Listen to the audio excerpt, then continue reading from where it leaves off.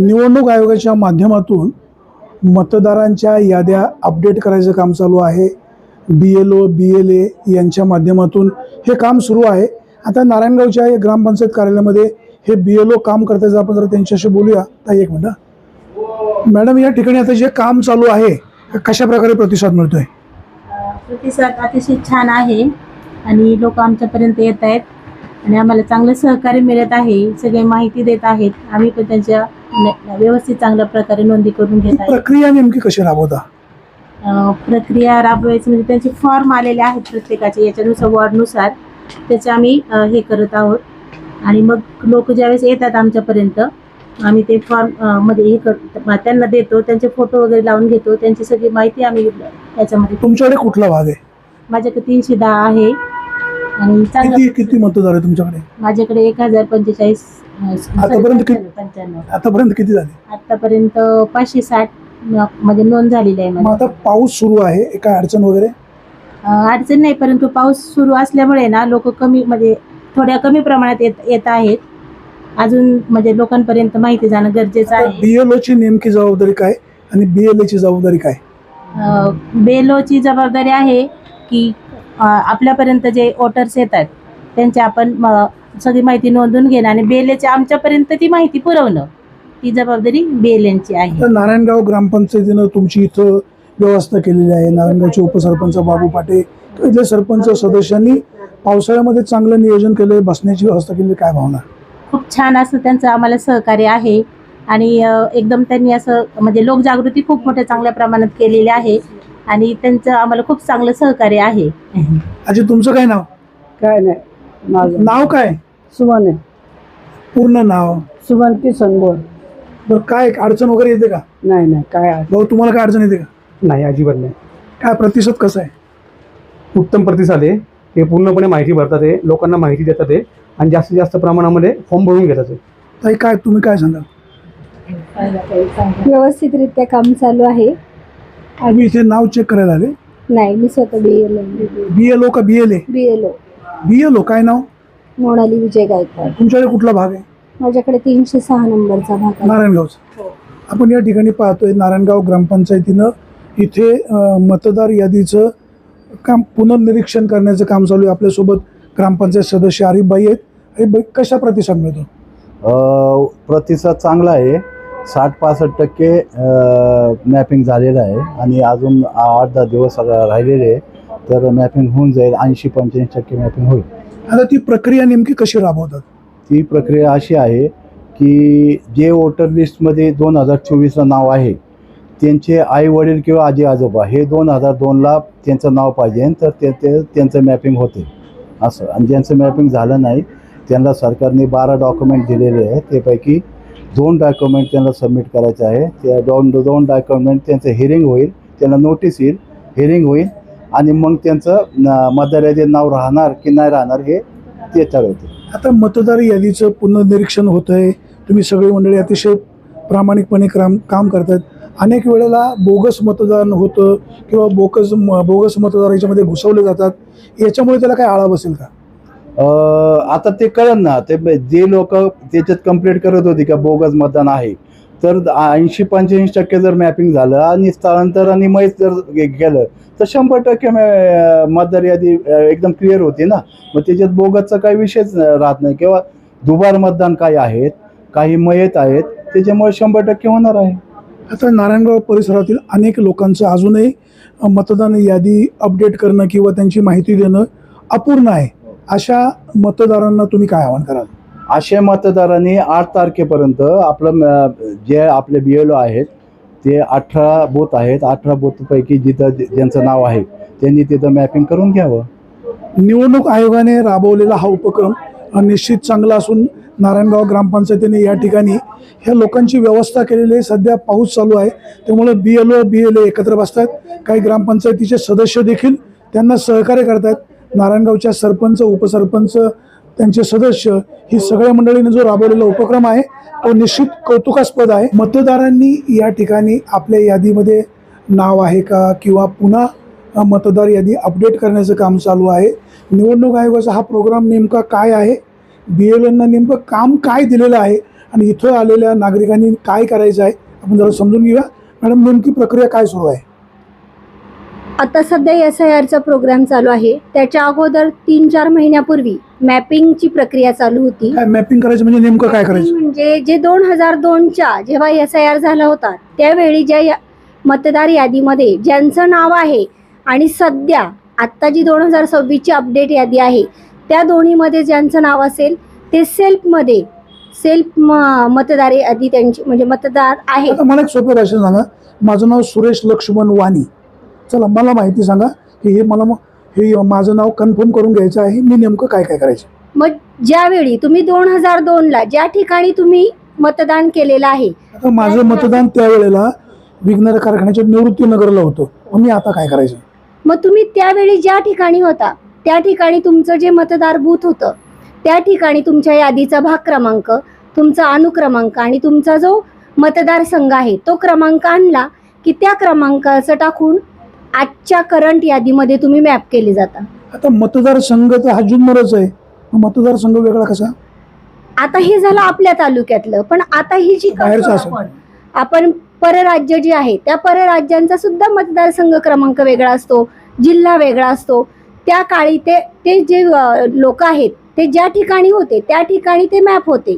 परंतु मग तो नंबर 2002चा आपल्याला स्टिकअप जे राहायचे ते 2002च्या यादीशी स्टिकअप राहायचे. त्या ठिकाणचा मतदारसंघ आत्ता करंट टाकायचा आणि आत्ता त्या लोकांना आत्ताच्या यादीशी आपल्याला स्टिकअप करून घ्यायचं. आता माझं मतदान तिकडे होतं त्यावेळेला, आता माझं पिंपळगाव तर्फे नारायणगावला आहे आणि मला जर ते नारायणगावला घ्यायचं असेल म्हणजे उदाहरणार्थ, तर त्या मतदारांनी नेमकं काय करायचं? त्याने त्या BLOशी संपर्क साधून स्थलांतराचा एक फॉर्म असतो तो फॉर्म अपडेट करून घ्यायचा. मग त्या मतदाराचं जे मतदान आहे ते ट्रान्सफर होऊन तुम्हाला नवीन ज्या ठिकाणी हवं त्या ठिकाणी अपडेट करून दिलं जाईल. आता BLO BLA यांचं नेमकं काम काय? आता आम्ही पाऊस आहे म्हणून इथे काम चालू आहे. त्यानंतर आम्ही ह्या BLAंनी किंवा त्यांचे जे सहकारी आहेत ते आम्हाला मदत करतात. आम्ही ठिकठिकाणी फिरून त्यांची माहिती घेतो. त्यानंतर कलेक्शन करण्याचं काम आम्ही सगळेजण एकत्र बसून या ठिकाणी कलेक्शन करतो.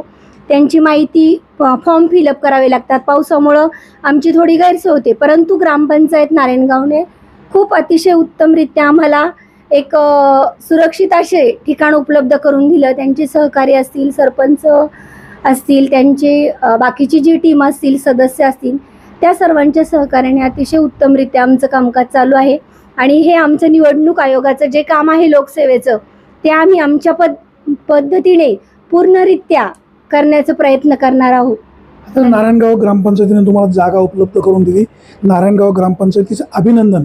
परंतु नारायणगाव ग्रामपंचायतीच्या निवडणुकीच्या काळामध्ये काही बोगस मतदार घुसवले असा आरोप व्हायचा. कदाचित तो आरोप खोटाही असेल. आता तुम्ही ग्रामपंचायतीमध्येच बसून हे सगळं करताय, याच्यामध्ये काही चिटिंग वगैरे काही होणार नाही ना? काय फाईलमध्ये काय आहे? आता आम्ही जे मॅपिंग करतोय त्या मॅपिंगमध्ये आम्हाला जे मतदार आहेत जे दुबार वाटतात की ह्या वॉर्डमध्ये पण आहेत आणि दुसऱ्या वॉर्डमध्ये पण आहेत, तर आम्ही त्यांच्या जे फॉर्म आहेत त्याच्यावर लगेच दुबार असं लिहितो. ते कोणत्या यादीमध्ये आहेत त्यांचंही फिलअप करतो आणि त्या पद्धतीने आम्ही त्यांना लगेच शेरा पण मारून देणार. दुबार आहेत मग ते कोणत्या इपिकने दुबार आहेत मग तो फॉर्म आम्हाला भरावा लागतो. त्याच्यानंतर त्यांचे 2 जे इपिक आहेत, जो करंट चालू आहे तो इपिक आम्हाला जेव्हा आम्ही या यादीतला मतदार कमी करतो त्यावेळेस तो यादीतला क्रमांक आम्हाला टाकल्याशिवाय तो मतदार आम्हाला फिल करता येत नाही. म्हणजे ते दुबार ऑटोमॅटिकली कमी होणार आहे. इथे ज्या मतदाराला आपलं नाव कन्फर्म करायचं आहे, फॉर्म भरायचा आहे, त्यांनी कुठले डॉक्युमेंट आणायचे?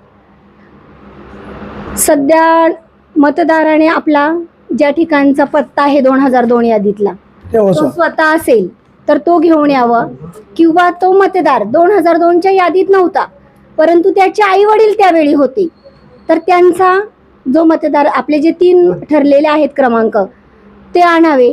आई वडील जर हयात नसतील तर आपले आजी आजोबा सुद्धा चालू शकतात. फोटो किती? फोटो 2 फोटो सांगितलेले आहेत, परत अवेलेबल नसेल तर 1 जरी दिला तरीही चालेल. आता काम थोडं खूप जिकरीचं आहे, अवघड आहे. अडचणी काय काय येतात? अडचणी म्हणजे मतदार जे आहेत त्यांना 2002च्या कन्फर्म असं कन्फर्मेशन देता येत नाही बऱ्याच जणांना. मग ते आम्हाला नेटवर वगैरे सर्च करायला खूप वेळ जातो. जवळपास एका महिलेला, म्हणजे आता त्यांचं कसं आहे, महिलांचं त्यांच्या माहेरकडचं आहे, मग ते शोधण्यासाठी बराचसा वेळ जातो. मग आम्हाला सदस्य वगैरे किंवा त्यांचे सहकारी आहेत त्यांची खूप अशी मदत होते. किती दिवसाचं लिमिट आहे तुम्हाला? 8 तारखेपर्यंत होईल सगळं? ॲज पॉसिबल आम्ही जेवढं पॉसिबल होतं आहे आमच्या पद्धतीने ओव्हर टाईम करून का होईना आम्ही तेवढं टाईम लिमिटमध्ये पूर्ण करण्याचा निश्चित प्रयत्न करू. निवडणूक आयोगाने जी जोखीम यांच्यावर टाकलेली आहे ती जोखीम ही सगळी मंडळी प्रामाणिकपणे करतात. मॅडम, आता तुम्ही मागाशी जी माहिती सांगितलेली आहे की बाबा इथे कुठल्याही प्रकारची अडचण नाही, नारायणगाव ग्रामपंचायतीचं चांगलं सहकार्य मिळतं, एक शंका अशी आहे की मागच्या वेळेला ग्रामपंचायतीची जेव्हा निवडणूक होते तेव्हा पॉलिटिकल आरोप असा होतो की बाबा इथं काही बोगस मतदार घुसवले जातात. आता जी आपण यादी पुन्हा अपडेट करतोय त्याच्यामध्ये काही हेराफेरी 19-20 होऊ शकतं का, ही लोकांच्या मनातली शंका. ही शंका माझ्या मनात नाही. नाही, तसं काही शंका आढळत नाही. कारण जे शासनाने आम्हाला सांगितलं आहे, जे डॉक्युमेंट्स त्यांच्याकडून घ्यायचे ते आम्हाला सगळे मतदारांना पुरवतात.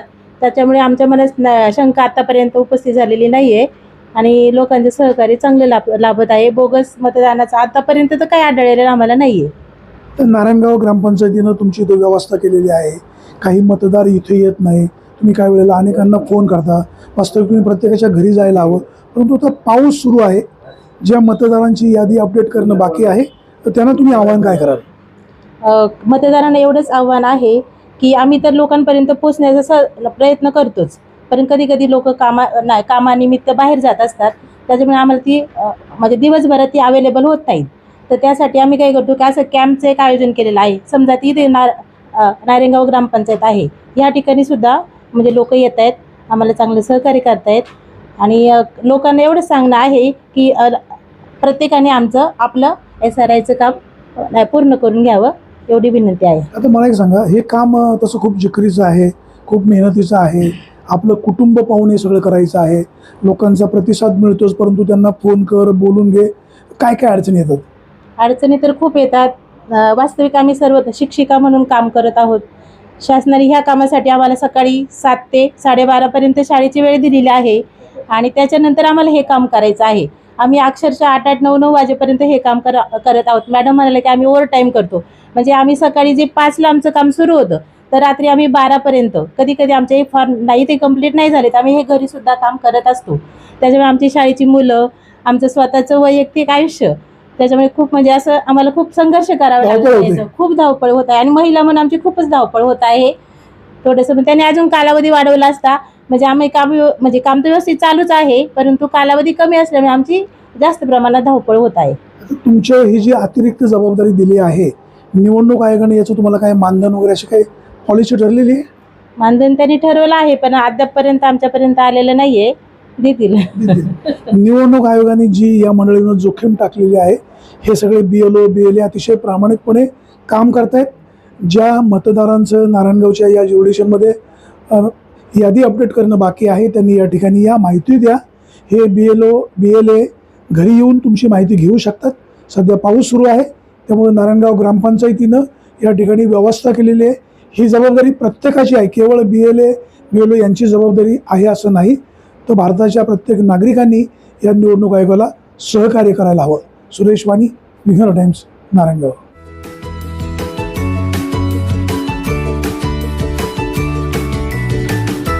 बातम्या शेतीच्या, बातम्या मातीच्या, बातम्या अन्यायाच्या, गुन्हेगारीच्या,